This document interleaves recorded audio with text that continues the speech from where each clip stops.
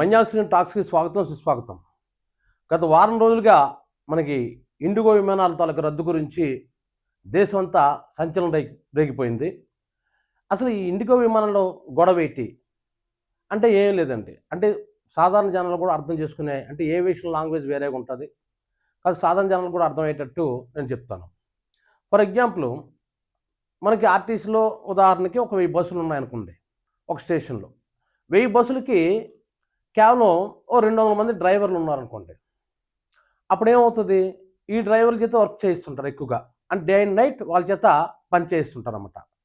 ఎక్కువగా చూడండి private travels వాళ్ళు ఎక్కువ యాక్సిడెంట్లు జరగడం మనం గమనిస్తుంటాం. ఎందుకు గమనిస్తుంటాం అంటే ప్రైవేట్ వాళ్ళు లాభాపేక్షతో ఆ బస్సుల్ని నడుపుతుంటారు తప్ప కేవలం ప్రయాణికుల సౌకర్యం కోసం చూడదు గవర్నమెంట్ లాగా. గవర్నమెంట్ అయితే అలా కాకుండా సౌకర్యాలు చూస్తుంది అనమాట. అంటే సురక్షితం, వాళ్ళని సురక్షితంగా వాళ్ళ గమ్యస్థానం చేర్చడం కోసం. అలాగే విమానాల్లో కూడా ఉంటాయన్నమాట. ఇప్పుడు విమానాల్లో మనం చూసుకున్నట్లయితే కొన్ని వేల విమానాలు ఇండిగో కంపెనీకి ఉన్నాయి. ఇంకా చెప్పాలంటే ఇండియన్ ఏవియేషన్లోని 61% ఇండిగో కంపెనీ వాళ్ళే. అలా 27% ఎయిర్లైన్స్లో ఉన్నాయి, ఇండియన్ ఎయిర్లైన్స్లోవి. మిగతా స్పేస్ జెట్ ఇవన్నీ మిగతావి. అంటే ఇప్పుడు 61% ఇండిగో విమానాలు ఉంటే దానికి తగ్గట్ట పైలట్లు ఉండాలి కదా. కానీ ఆ సంస్థ ఏం చేస్తుందంటే తక్కువ మంది పైలట్లతో ఎక్కువ పని గంటలు వర్క్ చేయించి విమానాలు నడుపుతుందన్నమాట. అంటే కొత్తగా పైలట్లని రిక్రూట్ చేయకుండా చేస్తుంది. అంటే ఏదో ఒక విధంగా దాన్ని నడిపేస్తుంది. అంటే లాభాపేక్ష అక్కడ కనబడుతుంది మనకి. అయితే పైలట్లంతా ఏం చేశారంటే ఢిల్లీ హైకోర్టుని ఆశ్రయించారు. గౌరవ న్యాయస్థానం వీళ్ళ తాలూకు బాధలని విన్న తర్వాత డీజీసీఏతో వాళ్ళు పిలిపించి అడిగితే వాళ్ళు ఏం చెప్పారంటే కొన్ని నిబంధనలు ఏర్పాటు చేశారు. 26 నిబంధనలు ఎన్నో ఉన్నాయి. అందులో ముఖ్యమైనది ఏంటంటే పైలట్ అన్నవాడి మీద ఎక్కువగా పని ఒత్తిడి పడకూడదనమాట. దానికి వాళ్ళు ఏం చేశారంటే రెస్ట్ అవర్స్ గతంలో 36 ఎంతో ఉంటే ఇప్పుడు 48కి ఎంతకో పెంచారంటే దాదాపు 2 రోజులు కంపల్సరీగా రెస్ట్ అనేది వాళ్ళకి ఇవ్వాలి అని కొన్ని నిబంధనలు పట్టడం జరిగింది. అయితే దాన్ని ఇండిగో కంపెనీ బేఖాతరు చేసింది. సరికదా పైలట్ రిక్రూట్మెంట్ జరగకుండా బ్యాన్ కూడా విధించింది అనమాట. అంటే ఉన్న పైలట్లతో మేము తిప్పుతాము, ఎక్స్ట్రా పైలట్ మేము రిక్రూట్ చేసుకోవాలి. ఎందుకంటే రిక్రూట్ చేసుకుంటే వాళ్ళకి శాలరీస్ ఇవ్వాలి. అది శాలరీస్ ఇస్తే కంపెనీ లాభాలు తగ్గుతాయనేది ఇండిగో కంపెనీ దానికి ఉద్దేశం. అంటే లాభాపేక్షతో నడుపుతుంది. అఫ్కోర్స్ ఏ వ్యాపారం లాభాపేక్షతో నడుపుతారో నష్టాలు రావాలని ఎవరు నడపదు. కానీ ఆ లాభాల్లో కూడా ఎంత శాతం మనకి లాభం కావాలి, అంతేగాని మొత్తం అంతా మనకే కావాలి అనుకోవడం కరెక్ట్ కాదు కదా. ముఖ్యంగా ప్రయాణికుల భద్రత విషయం అది. నేను పైలట్ కానీ అలిసిపోయాడు అనుకోండి, ఇప్పుడు బస్ డ్రైవర్ అలిసిపోయి చూడండి తెల్లవారుజామున యాక్సిడెంట్లు అవుతుంటాయి ఎక్కువ ప్రైవేట్ ట్రావెల్స్. ఎందుకంటే ఆ డ్రైవరే పాపం రెస్ట్ లేకుండా ఆయన ఉపయోగించుకుంటారు. కొత్త డ్రైవర్ని అపాయింట్ చేసి మళ్ళీ అడిగి శాలరీ ఇవ్వాలని. దానికి వెళ్ళి తెల్లవారుజామున కునుకో పట్టేసి దేనికో దాన్ని గుద్దించడం, బస్సు తిరగబడిపోవడం ఇవన్నీ మనం చూస్తున్నాం, తెల్లవారి పేపర్లో మనం చూస్తున్నాం. సో ఇదే పరిస్థితి విమానాలు కూడా వచ్చే పరిస్థితి ఏర్పడుతుంది అనమాట. ఎందుకంటే ఆ పైలట్ అలసటతో ఉంటాడు. వారంలో 6 ల్యాండింగ్స్ ఒక పైలట్, దానికి ఇప్పుడు 2 ల్యాండింగ్స్ మాత్రమే అనుమతి ఇచ్చారన్నమాట డీజీసీఏ వాళ్ళు. అయితే ఇదంతా ఎందుకు చెప్తున్నా అంటే ఆ పైలట్ మీద ఒత్తిడి ఎక్కువైపోయి యాక్సిడెంట్ అయితే ప్రయాణికుల భద్రతకి బాధ్యులు ఎవరవుతారు అప్పుడు. అందుకు హైకోర్టు ఈ నిబంధనలు ఏర్పాటు చేశారన్నమాట. అంటే హైకోర్టు విన్న తర్వాత డీజీసీఏ వాళ్ళు మాట్లాడిన తర్వాత వాళ్ళు నిబంధనలు ఏర్పాటు చేశారు. అయితే దాన్ని బేఖాతరు చేసింది ఈ సంస్థ. ఆ సంస్థకునే ధీమా ఏంటి అంటే ఆ సంస్థకునే ధీమా ఏమీ లేదు.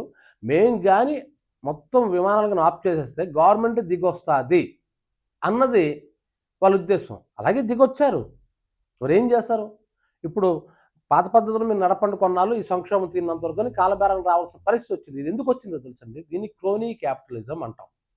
క్రోనీ క్యాపిటలిజం అంటే అర్థం ఏంటంటే మొత్తం ఒక వ్యవస్థని ఒక 2-3 చేతుల మీద అంటే వాళ్ళ చేతుల్లోకి ఇచ్చేయటం. ఇప్పుడు మన దేశంలో చూసుకున్నట్లయితే క్రోనీ క్యాపిటలిజం చాలా ఎక్కువైపోయింది ఇప్పుడు. అంటే అదానీలు, అంబానీలు వీళ్ళు నడుపుతారు దేశాన్ని. పేరుకే గవర్నమెంట్లు ఉంటాయి, కానీ వాళ్ళు చెప్పింది వేదం. వాళ్ళు చెప్పినట్లు జరగకపోతే దేశం సంక్షోభంలో పంపించేస్తారు. ఆ పరిస్థితి ఎందుకు వచ్చింది?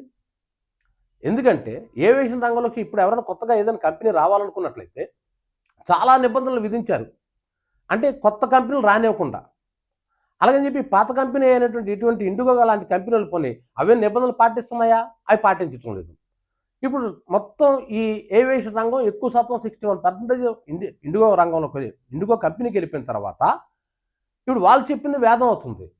అంటే లేదంటే మేము విమానం నడపంటారు. విమానం నడపకపోతే ప్రయాణికుల అవస్థలు మనం చూసాం కదా.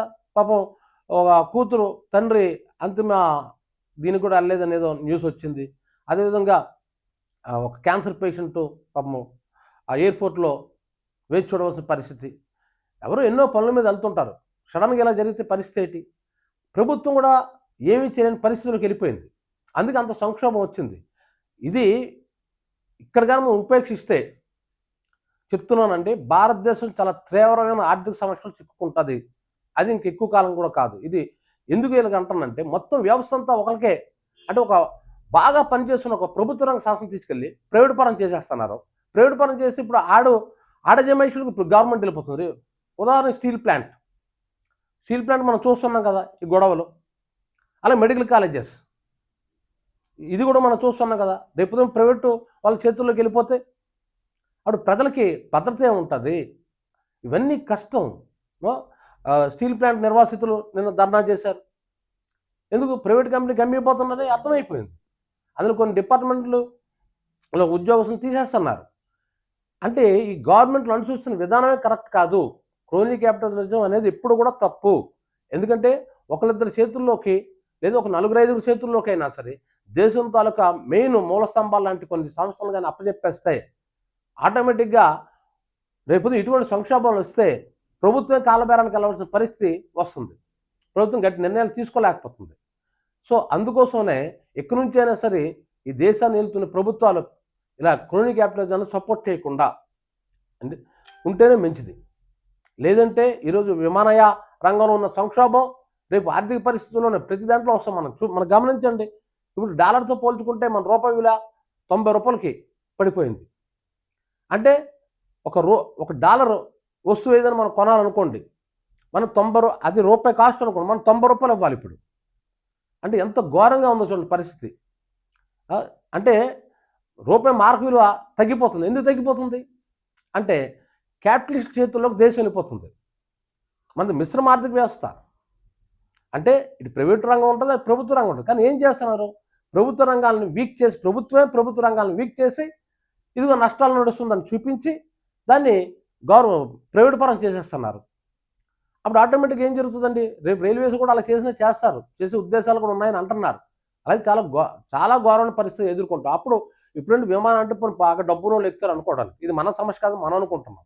కానీ రేపు రైల్వే కూడా ప్రైవేట్ పరం చేసేసిన తర్వాత ఏదో ఒక ఇష్యూలో గొడవ వస్తే ఆ ట్రైన్లను ఆప్ చేస్తే ఎన్ని లక్షల మంది జనాభా రైల్వే స్టేషన్ పడిగాపులు కాయవలసిన పరిస్థితి వస్తుంది. కాబట్టి ఇప్పటికైనా ప్రజలు మేల్కోవాలి. ప్రభుత్వాలు తెలిసి పనులు చేస్తానే క్లియర్గా అర్థమవుతుంది. కాబట్టి ప్రభుత్వం మేల్కోదు.